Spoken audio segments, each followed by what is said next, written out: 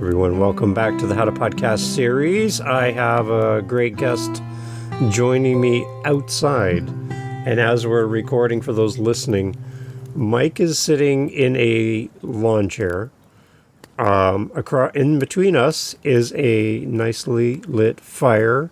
The smoke is in my eyes as I'm watching on camera.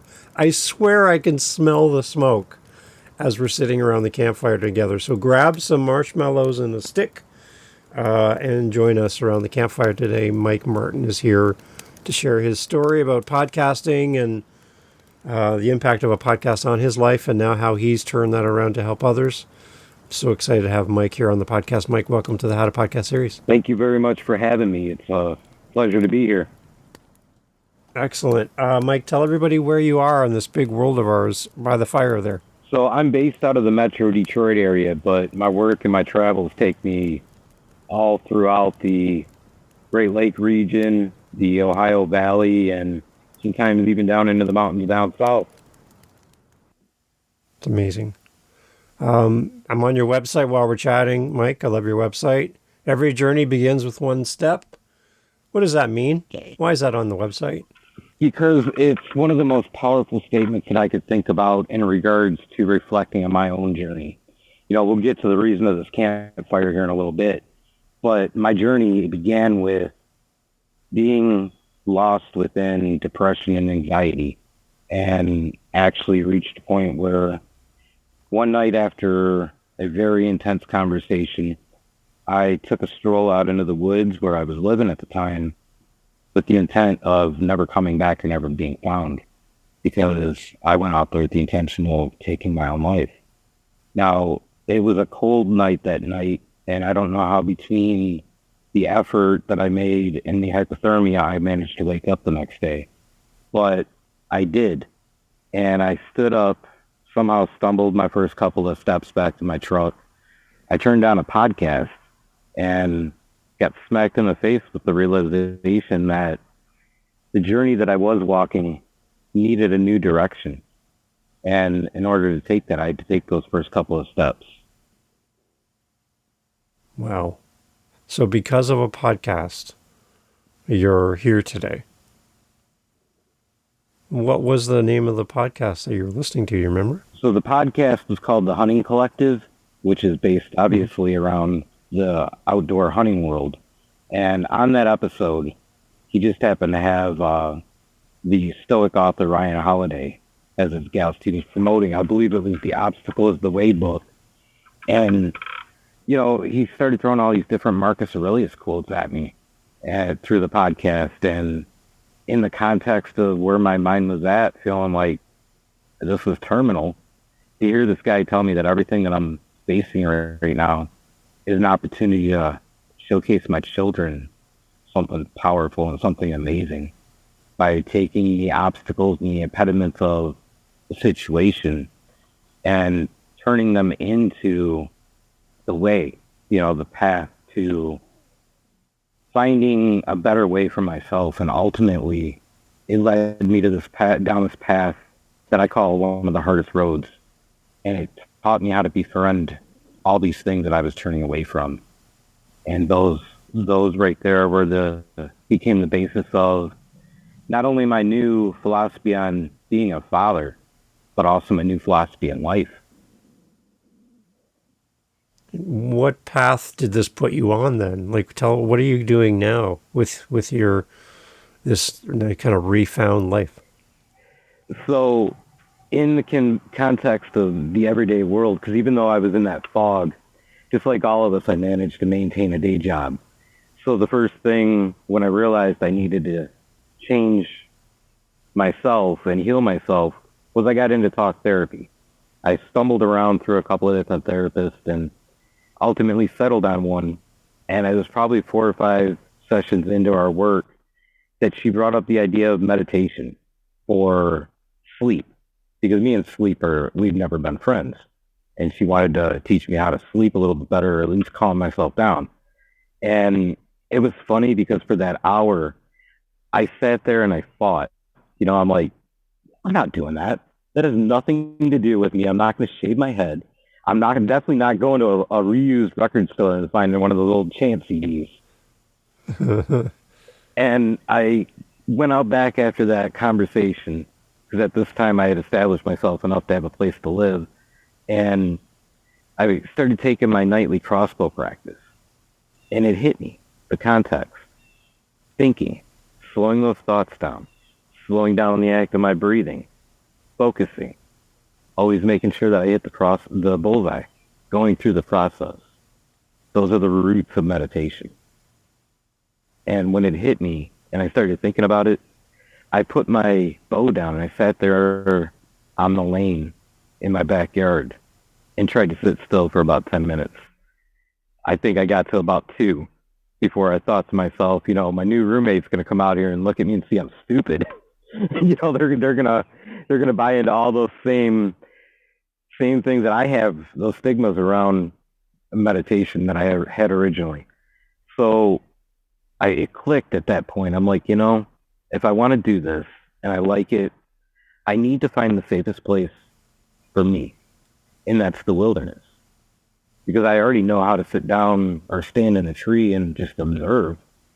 But when you bring that mindfulness and that meditative aspect out in the wilderness with you, you get to remove yourself from that story of self-suffering that we all love to get caught up in, because the inspiration for that is all around us. There's nothing out here that, number one, has the time to tell a story, but more importantly, has the ability. So they're just living present in the moment, facing up to whatever it is they encounter. So if they can do that, and we can pick up on their behaviors, watch their patterns, and learn, we can apply those things to our way of thinking and change that narrative. And ultimately, that's what has got me over the hump and into the position that I find myself today. So tell everybody what you do with Project Mindfully Outdoors. What is your mission? So here's kind of where it really grabs onto people is the adventure.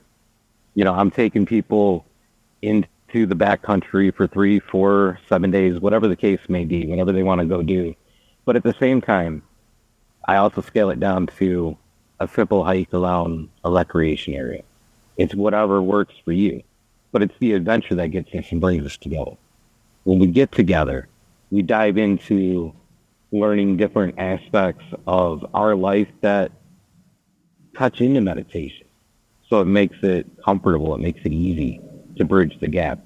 Like a great example is I recently led a hike with a group that was on a rehabilitation rehab from drug addiction journey.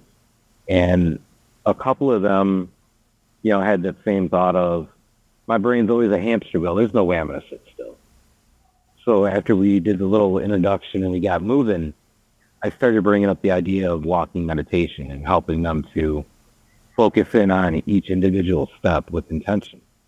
Then about 3 miles in, it was break time. We all sat down, hydrated, talked a little bit, and I walked them through a guided meditation. After that guided meditation, we picked back up and we finished out the trail, reflecting on the day's events, and each one of them was just blown away by not only the impact that little session had, but also how easy it is for all of us to work our way in and tease out that ability to sit still and meditate and focus on ourselves. And getting back to the idea of befriending yourself and your feelings, understanding that there's no need to swim up the current or fight against those things, because, face it, we all wear the bruises of those fights, and we're the only one that it ends up getting impact out of it. When I met with you, Mike, when we chatted, I mentioned to you my friend in podcast land, JJ, and he has Ripple Retreat, and he's on the same kind of path that you're on, trying to help people in this way. And I can't wait for the two of you to meet each other. And I know he listens to this, and you'll hear this episode. But there's just something special about the two of you, and the fact that you haven't met each other, but you're both on the same mission to help people in a similar way. It's so cool to know that I can meet two guys that are so focused on helping other people and have had a similar path to some degree in your own personal stories. It's so amazing to meet people like you that there's no reason why you need to do any of this. You could be out taking care of yourself and serving yourself and chasing your dreams, but you're so focused on other people. It stands out as unique that there are people like you in this world that want to do this for other people. It's something special about you guys.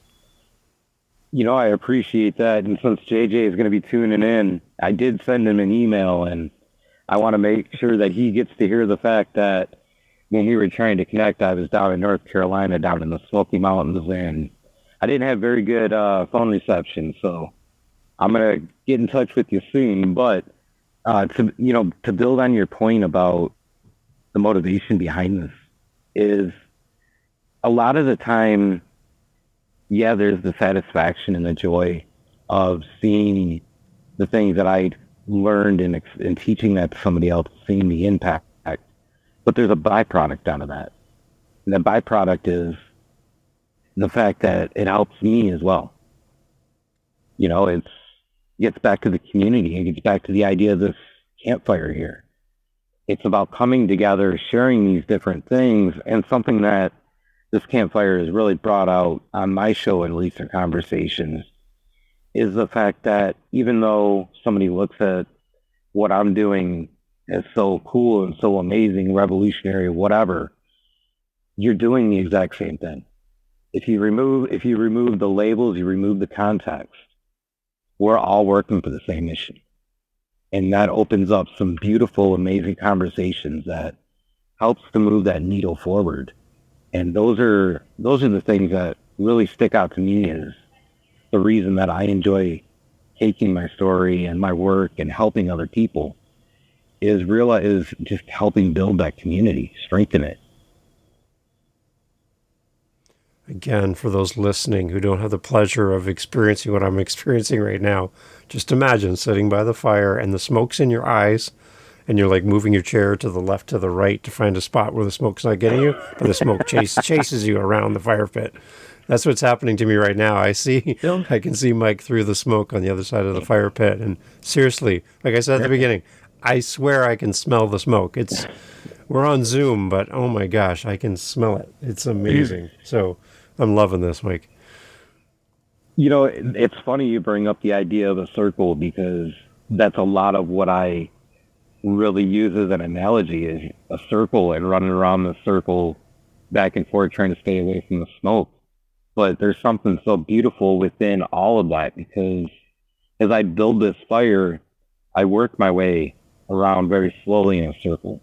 I add sticks here and there, bigger as the fire begins to become more established and more stable.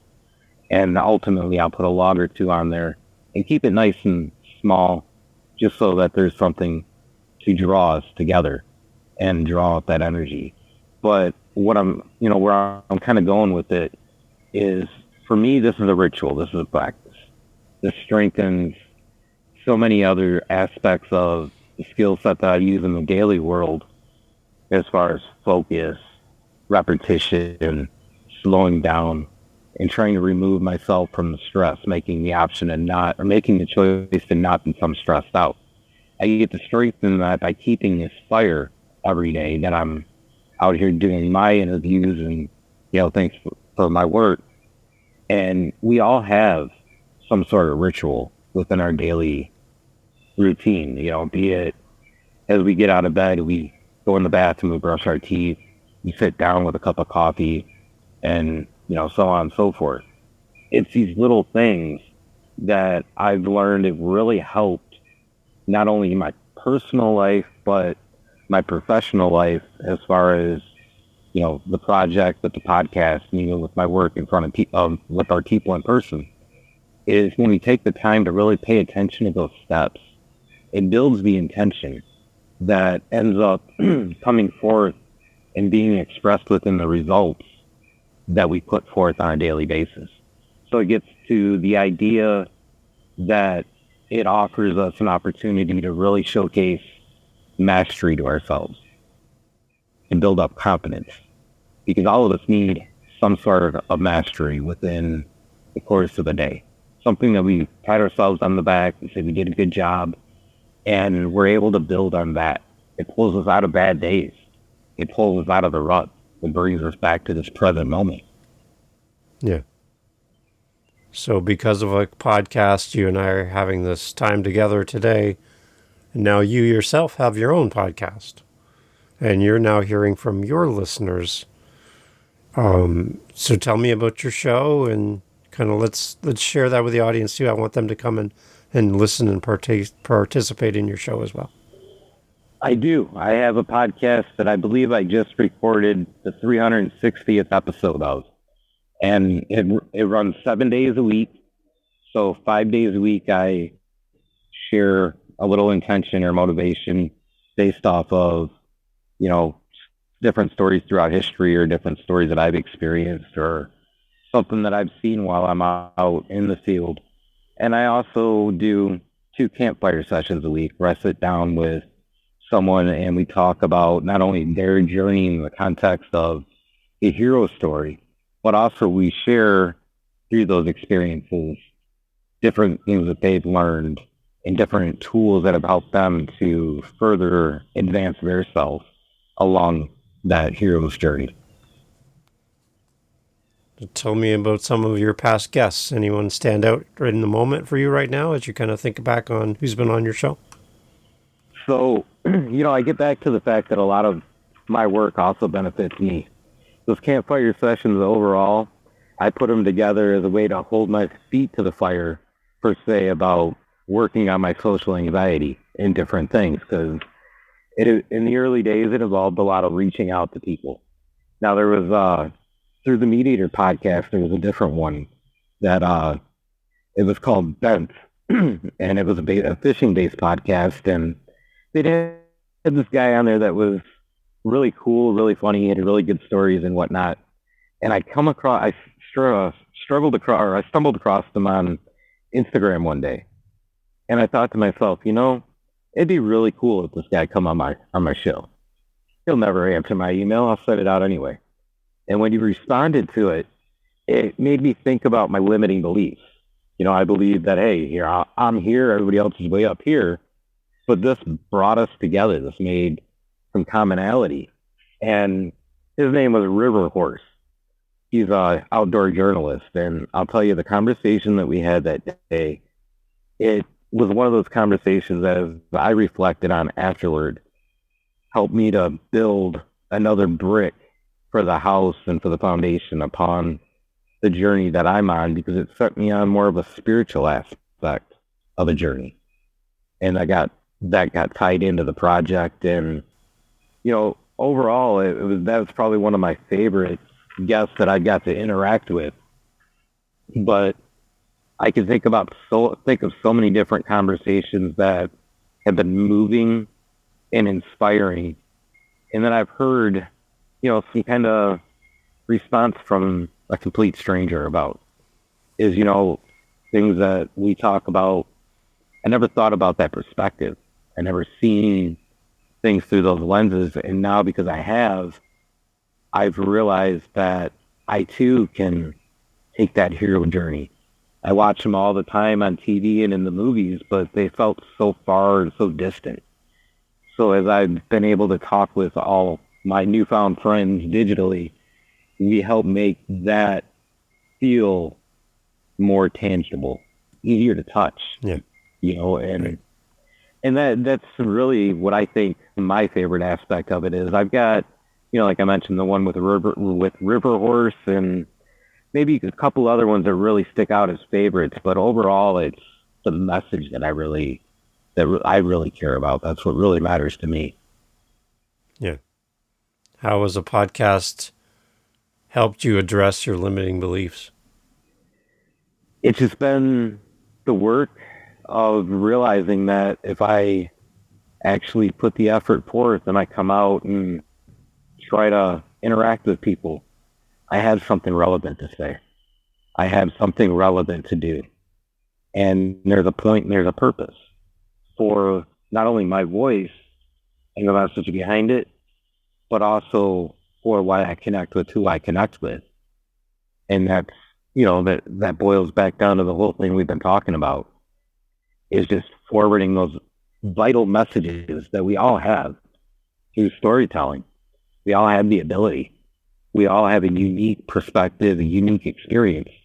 And when we take all the labels and everything else away from it, we have just a simple log with a fire over it that we can come together and we can build. Yeah. You said that you're getting some feedback from your audience. What does that feel like for you as a podcaster to hear back from a listener that reaches out to you as the host? I think at first it was kind of like shocking. It gets back to that limiting belief, like, oh my God, somebody's actually listening to what I'm saying. And then, as you further the conversation with them, there's that sense of gratitude and that willingness to give thanksgiving for the fact that somebody actually resonated with the journey that I've had. And because they heard my story, they found it within themselves to further their story. And to me, there's really not words that I can put around that, because I keep a very modest outlook at things as far as what I do with my work. And it's just something that comes natural, because everything is had a lot, based around my journey. It's my work. It's my life. And I put it out there in that context. And it's a very, very emotional kind of feeling to have somebody respond and say, because I heard such and such episode of your podcast, I found the inspiration to continue to go forward and try again tomorrow. I'm not going to give up. That's powerful. So you've gone to school for this. You're a professional radio person. You have all the training and expertise. Is that right? Yeah, we'll go with that. No, absolutely not. Before I got into podcasting, my experience, because I grew up playing in and out of a bunch of different bands. So my experience was putting the big old VCR tape into the ADAT recorder and recording, and then promotion was drawing up a flyer and sticking it on telephone poles. There you go. It's been a huge learning curve, for sure. Yeah. So what was there for you in the early days to help you learn how to do all this stuff? I think there was just a lot of trial and error, just a lot of perseverance about it. I wanted to do it. I felt my motivation and my intent was there. Therefore, it was just a matter of, putting the boots on per se and climbing and climbing and climbing until you found a milestone. When you found that milestone and you hit something, you look at it, you celebrate it, and then you put it in your backpack and say, I can lean on that later when I come up against the next hurdle and the next hurdle. And then you just allow yourself to be open, willing to learn, willing to keep trying different things out. Talk to a new podcaster, Mike, who's listening to the show and they're thinking, well, who would ever listen to me? Like, I know I'm not famous. I don't have a big name. Nobody really cares what I think. I think the one thing you mentioned was you were told a long time ago that your words don't matter, you don't matter. And here you are getting responses from people who listen to your show, and the opposite is true. Your words do matter and people are responding. So something changed for you. You've gone from not having a voice and feeling kind of helpless to now helping people. So this is a big change for you. So for a new podcaster who's thinking, you make it sound easy, Mike, like, I don't know if anybody really cares what I have to say. What would you say to them? Well, coming from somebody that actually started their podcast journey solely on their cell phone, I'm going to tell you like this. Any means that you have to pull it together and at least start and try, it's great. It's going to be meaningful because each of us have a voice. Each of us have a perspective of the world based off of the experiences that we've had. And to use that voice to tell stories, to share a message, to further the journey of the human experience, that's a beautiful thing. It's something worth celebrating. Now, it doesn't mean that you jump in expecting that third thing. You know, you're not expecting success right away. You have to be you have to be patient. You have to persevere through the learning, trials and tribulations and everything else. And as I talk, it brings to mind a story that I love to share about, you know, that idea of just preservation and pushing forward. And that's the story of the wolf. You know, we get out here into nature and they're not as plentiful now as they used to be because as we came over from Europe, we brought our fears with us. We thought that they were bloodthirsty killers. They were, you know, just that was their passion and that's what they did. But the truth is that the wolf has lost. He's tasted defeat many more times than he's tasted success. The taste of success brings food, and the taste of victory in his world. Well, I'm sorry, the taste of defeat in his world can mean death. For you, it doesn't. It doesn't mean death. But you can learn a lot by understanding that if you continue to embrace the love and the passion in your heart to develop your podcast, you're going to taste many, many more victories down the line than you will taste defeat because you're walking your authentic path. So pour yourself into the show and do it as if you were the listener. Yeah, that's a good perspective. What's your future plans for the show? How do you want to grow it? Where do you want to take the show in the future? Well, the show is going to continue to press on now that I'm operating back at 7 days a week with the launch of the new season. It's going to continue that format. The way that I'm planning on growing it is by tapping into the newest thing that I've been working on this year, which is building the mindful hiking experience. It's an in-person event. You know, there's classes that I work through different community centers and different facilities in order to facilitate those. But I also do independently, you know, the backcountry hiking adventures or the day hikes or whatever it is. It's a program that's very open to be crafting to a unique set of circumstances or an individual, a group, whatever the needs may be. And through doing that, you know, it gets back into the storytelling, it gets back into the podcast, it brings it all back together. So overall, I'm just looking to continue to expand the circle and let it grow. Have you had anybody on your show that's come through your program and walked the trails with you and been a part of your experience? Being that the in-person program is so new and some of the people that have taken me up on it, they haven't hit that level of comfortability yet where they're ready to share. But, you know, down the line, if that ever comes up, that door is most definitely open as well.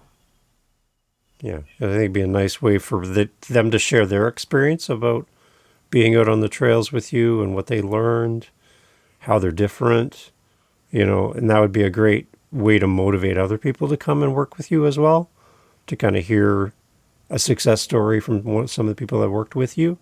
I just think that kind of just solidifies for anybody who's kind of thinking, well, is this for me? To hear somebody come on and go, well, I worked with Mike and this is what happened for me.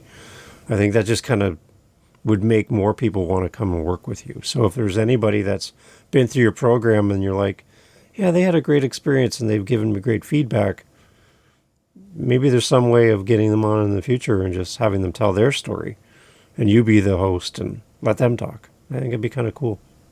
That is the one avenue that I'm looking to work into, is like actually getting some of these interviews done for the video aspect while we're out on the trail, or while we're out on camp. And a lot of the time it seems I'm still encountering that, I don't know, I don't know about that one, but you know, it's a work in progress. One of these days, somebody will take me up on it, and we'll do it, and they'll be just as revolutionary as I'm finding the doing conversations around a campfire seems to be. Yeah. Yeah. Again, I love the campfire. Mike, this is the coolest conversation I've had in a long time. Is there anything that you need help with your podcast at all? Because I get to talk to a lot of great podcasters on the show, and they share great ideas. And I always want to ask anybody that comes on the show if there's anything they need help with that we can talk about, because there's probably somebody listening that has the exact same situation they're dealing with, and our conversation might help them as well. But is there anything that you need help with your show? My biggest need would probably fall within the networking and making community contact with people department. Okay. Yeah. So we connected on Podmatch. Yeah. So that's a good start. That's a great site, and I've met some amazing people through Podmatch as guests on the show, and we're doing life together now, and it's a great connector of people looking to be on shows and people looking for guests like you. So yeah, I really love that, and I've been on there for a while now. It's great. So that's one good step. I think just connecting with more people, being on more podcasts. We talked about, again, we'll go back to JJ again. He has his show. You have your show.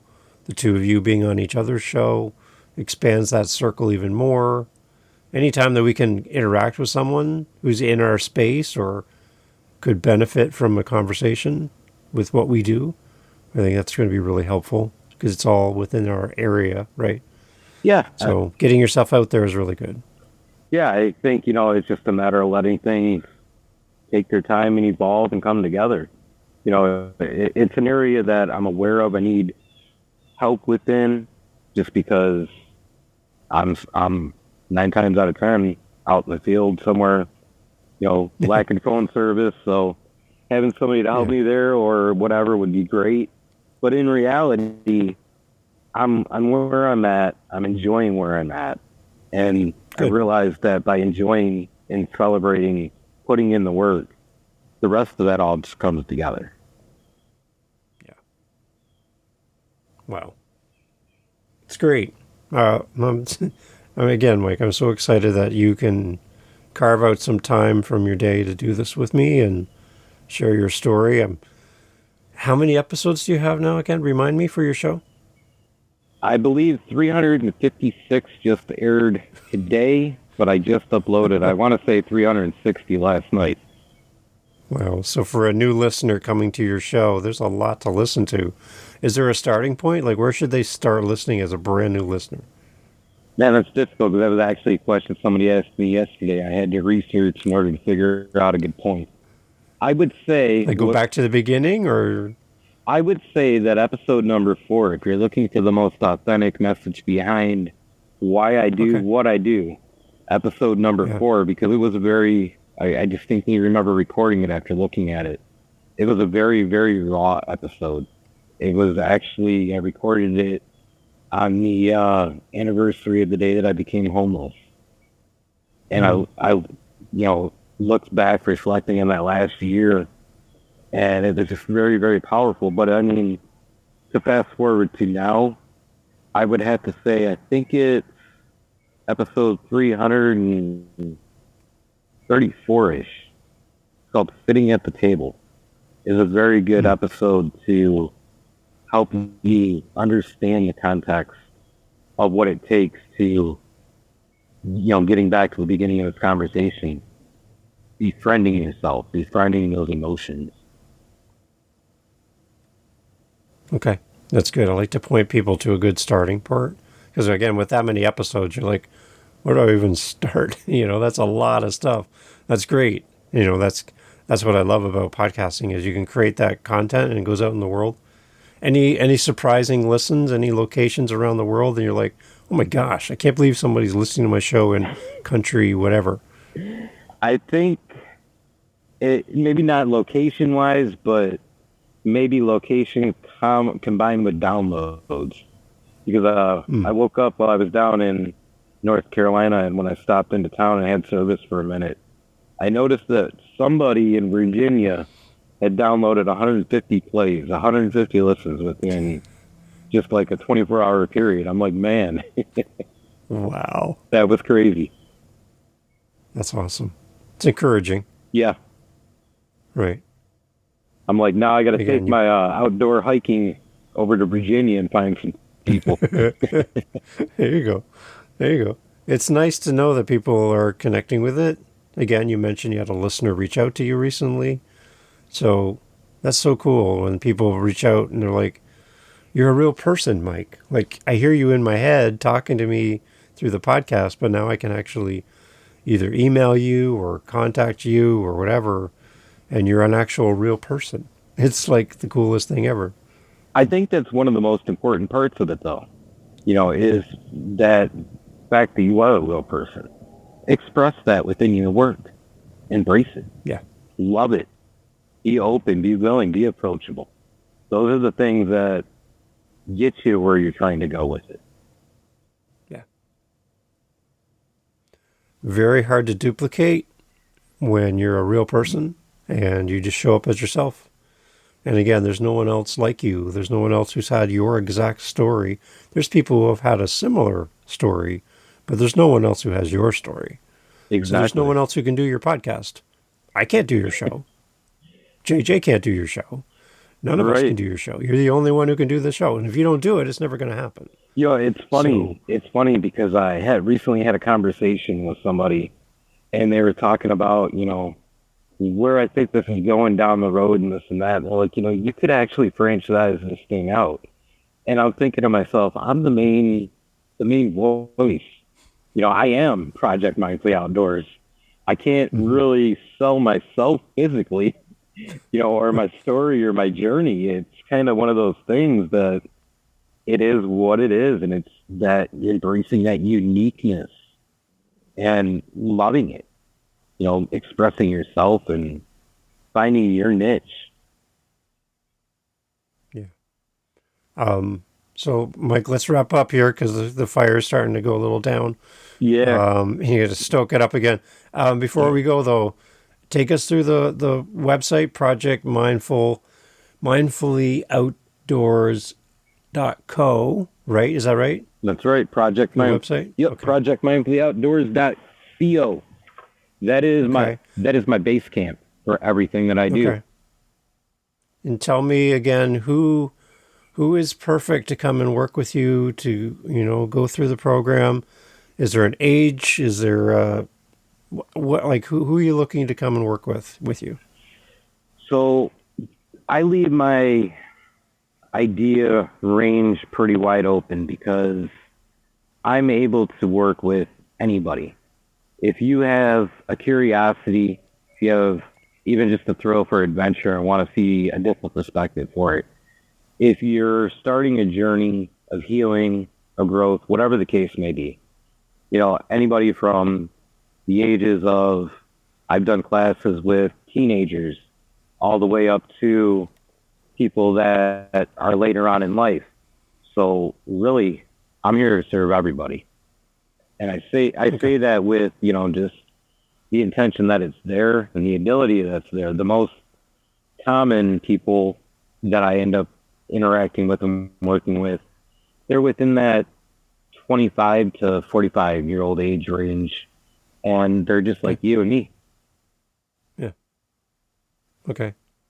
And then, Mike, as we wrap up, for that person that's heard the words, you have nothing to offer anyone. What's your thoughts to that person? How do we encourage them before we close off? So I think we encourage them based off of, I'm going to twist this a little bit, the words that Daniel Boone left behind.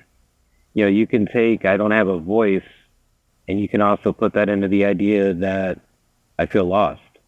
Well, Daniel Boone left a line behind saying that God never created a man of our stature to be lost. I may wander around in the woods bewildered for 2, 3, 17, 100 days, whatever the case may be. But I always find my way back.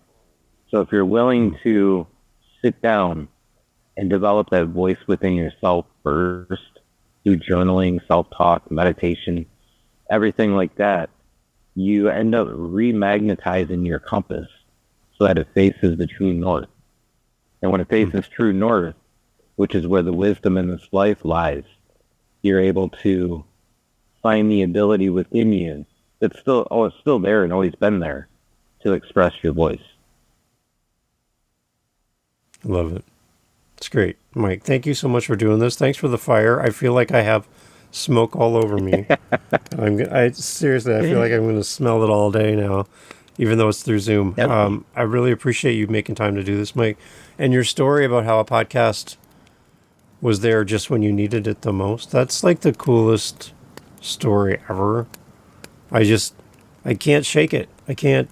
It's like sitting on my shoulder, and everywhere I go, it's right there beside me, that you have that story and that you could share that with me. That was like the coolest thing ever. So I'm so glad that you are where you are and you're still here with us, because that's important, and that you're taking your words and helping other people with it. So it's good. It's really, really good, Mike. Well, Dave, thank you for celebrating with me as well as your listeners. It's been a pleasure and an honor, and I'm more than happy to take the time to talk to anybody at any time. So my door is always open.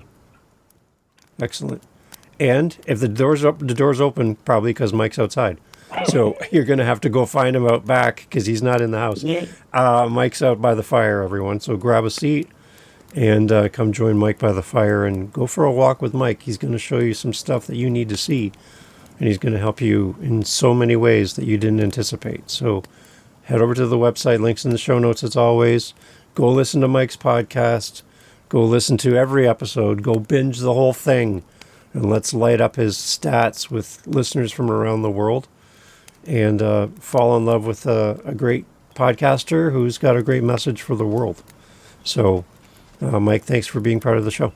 Most definitely. Dave, I don't believe in goodbyes, so until we meet again, whether it's this life or the next, enjoy your journey. Excellent. We'll see you on the trails, Mike. Most definitely. Hey, thanks for listening to the podcast all the way through to the end. I love having these great guest co-hosts on the show to share their podcasts with you. You have some homework to do. And what I'm asking of you is to go check out our featured guest co-host today. Go over and listen to their podcast. The links are always in the show notes. And I'd love for you to go and give them your love and support. And I think if we can all do that for each other, podcasting will be a lot more fun for all of us. So it's time to do what you've asked others to do for you. It's time to do for this guest co-host. Links in the show notes. Go over and check out their show and leave them a review. Do the follow. Go listen to their episodes in full, the entirety of an episode, which again shows to the apps that it's a good podcast, because you're going there and you're staying to the end. It's probably one of the best ways you can help a podcaster grow their audience and be shown to more people is by simply going and listening wherever you listen to the very end, like you're doing right now here. This is the perfect way to signal to wherever you're listening on, this is a podcast worth promoting. And all of the apps want you to stay on as long as possible. So go over and listen to our guest co-host episode and leave them some feedback. If they have a buy me a coffee, send them a coffee. If they have a speak pipe, send them a voice message. If they have an email, send them an email. If they're on Instagram, send them a direct message. Do something to support our guest co-hosts. They've given up their time to be here with you, to be here with me, and we can give that back to them with time and attention, our love, our support. Thank you for doing all that for me as well. Here on the How to Podcast series, we'll talk to you soon for our next episode.